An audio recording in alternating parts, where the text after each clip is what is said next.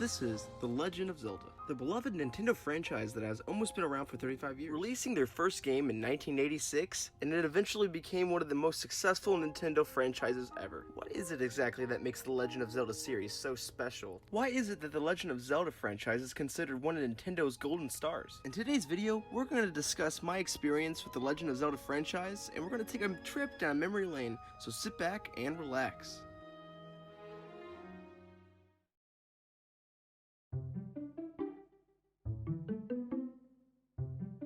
Our story takes place all the way back in 2007, a year after The Legend of Zelda Twilight Princess was released. That was a while ago, and I was only 7 years old.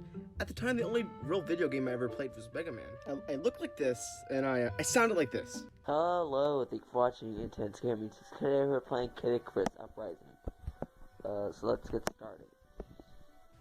I don't know what it is. I don't remember me constantly sounding like I had a cold, but whenever I do look at older videos of me back in 2012 to 2010, every video, I sound like I am congested. My love for gaming wouldn't have even transpired if it wasn't for my older sister. Sis, you fucking rock. Besides her basically being a second mother to me, my time with her mostly was sitting around in her room watching her play The Legend of Zelda, specifically The Legend of Zelda Twilight Princess for the GameCube. We both loved The Legend of Zelda so much that we got matching Zelda tattoos. Hey, it's no secret that The Legend of Zelda Twilight Princess is one of the darker Zelda games in the series, and me being at the young age of just 7, I don't remember much except the parts that scared the living shit out of me. But just in case none of y'all played The Legend of Zelda Twilight Princess, I'm gonna give you a little taste of what I'm talking about.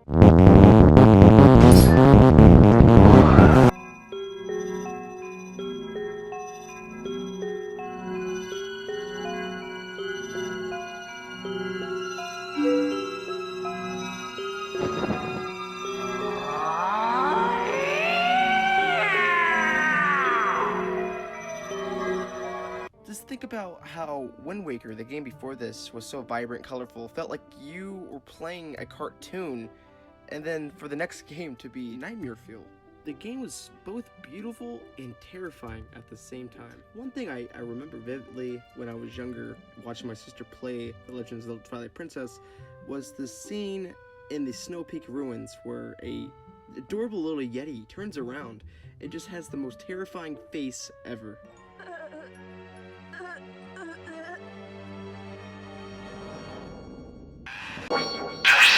Once you get past the nightmarish atmosphere and the dark theme, you have an epic game where the story is amazing, the bosses are dope, the fucking adventure is epic. Using the word epic twice in one sentence should never be allowed. It's forbidden. So, excuse me while I read up in a dictionary on a word that could replace epic. Legendary. I'm trying to actually beat all the Zelda games by the end of the year. That's one of my goals since I have nothing to do this quarantine.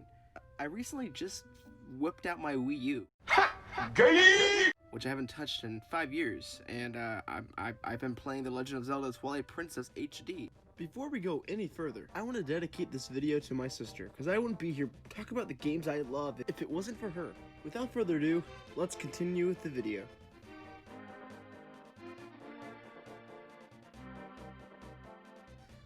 The Legend of Zelda, A Link to the Past, one of the most iconic Legend of Zelda games in history. This game is also the first Legend of Zelda game I played.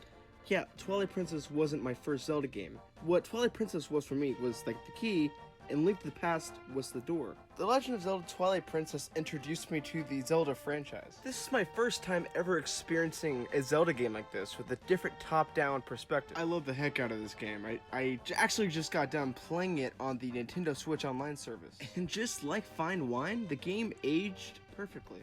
Like in The Legend of Zelda Twilight Princess, you traverse between two realms, the Twilight Realm and the Light Realm.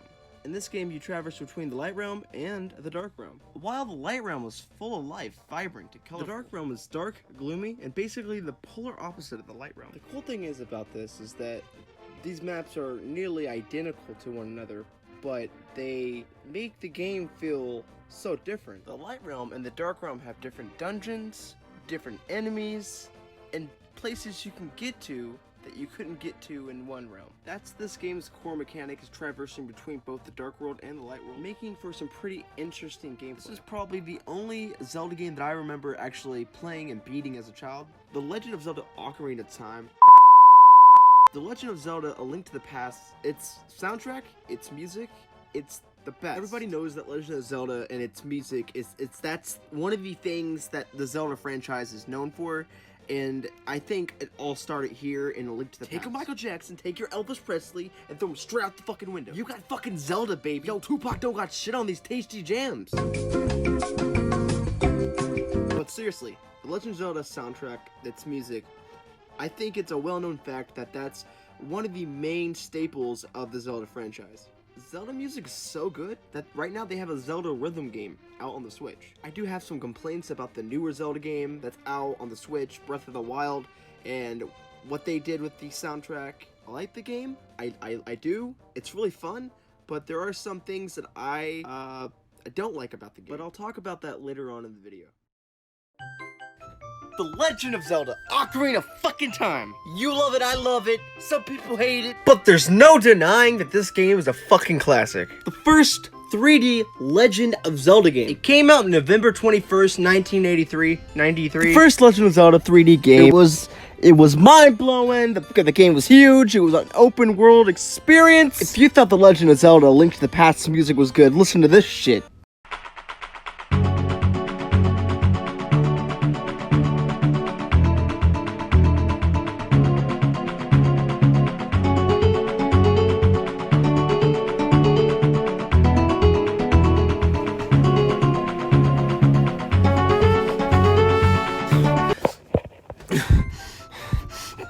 The Legend of Zelda Ocarina of Time's music is a straight up fucking bop. If you didn't think that was fucking fire, I don't know what's wrong with you. Legend of Zelda Ocarina of Time put down the groundwork for what the franchise is today. You start off as a boy named Link. He lives in a fucking forest with a bunch of kids and fairies. The first half of the game teaches you the core mechanics of this new, fresh Zelda title. After the first dungeon inside of the Great Deku Tree, you're ready to explore the rest of Hyrule. The Legend of Zelda Ocarina of Time introduced the Z targeting mechanic, which appeared in every other Zelda game, 3D Zelda game after that. Like I said earlier, the Legend of Zelda Ocarina of Time's music is even better than Link to the Past. We can thank one special man for that, and that is Koji Kondo. This beautiful Asian man composed many of Nintendo's best bops. Super Mario 64's therapeutic Dire Dire Docks.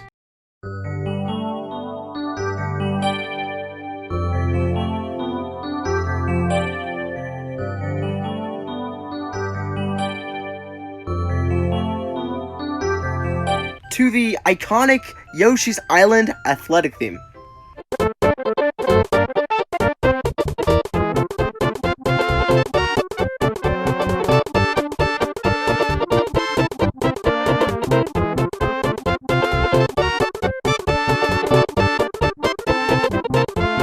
Probably didn't know his name, but you definitely knew the music. He was responsible for all these amazing tracks. He mainly worked on the Legend of Zelda series and the Mario series. When it comes to movies, video games, anything at all, any type of media, music is definitely an important factor. It helps invoke an emotion, it helps invoke a feeling, it helps tie experiences together. For example, whenever I hear the Legend of Zelda Ocarina of Time's Goron City theme, it takes me back to that point in time in 2009 on my sister's Nintendo Wii, where I first originally played that game and entered the caves of the Goron City. It's a little thing called neural nostalgia. It's like when you smell something and it triggers a memory that you haven't thought about in years. What I'm trying to get at is that the Legend of Zelda Ocarina of Time soundtrack is so good, and for me personally, every track is linked with an experience I had. This entire video is just me sucking Nintendo's dick for how good the Legend of Zelda music is. It's hard for me to talk about the Legend of Zelda Ocarina of Time and my experience with it without talking about the music, because the music played a huge part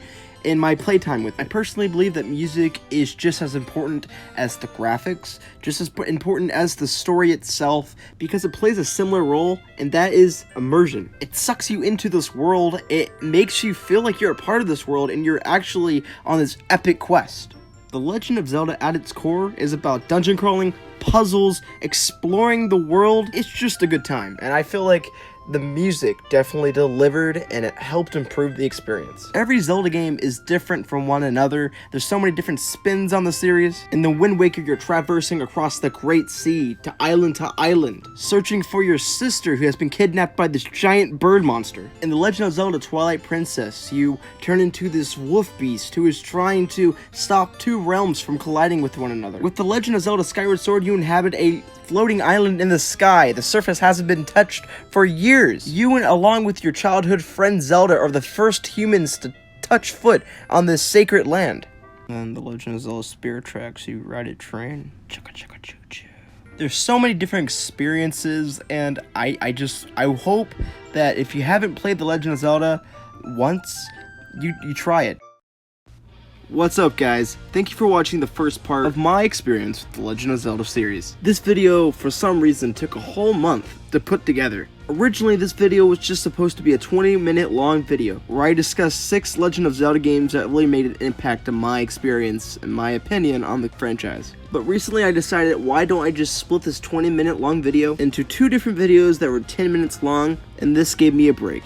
This video is the first passionate driven video I've done in a long time on my channel, and I'm just really excited to get it out there. Finally! Like I said, this was originally supposed to be a 20-minute long video discussing my experience with the Legend of Zelda series. It is heartbreaking that I couldn't get this video out in its full 20-minute capacity. Part 2 of my experience with the Legend of Zelda series will be talking about the games Spirit Tracks, the game Skyward Sword, and Breath of the Wild. There will also be a little compilation at the end of the video with a bunch of friends of mine discussing why they think Zelda is such a great franchise. For those of you who stayed till the end of the video, thank you very much. I want to kind of let y'all know about this new podcast I'm doing with my friend Miles. It's called the Let's Talk Dude, the podcast, okay? I'm really excited. Every Friday night, a new episode should be out. Go check my boy out on Instagram. It's Scarlet_Saiyan on Instagram. He also has a Twitter. It's at Saiyan1211. We had the same birthday, by the way. That's a crazy fucking fact. But yeah, go check him out. He's a real nice dude. Childhood friend of mine. And I can't wait to get this fucking podcast out for you guys. Alright, everyone. Look forward to my experience with the Legend of Zelda series Part 2. And the new podcast episode, Let's Talk Dude, coming Friday night this week. Alright, guys. Thanks, everybody.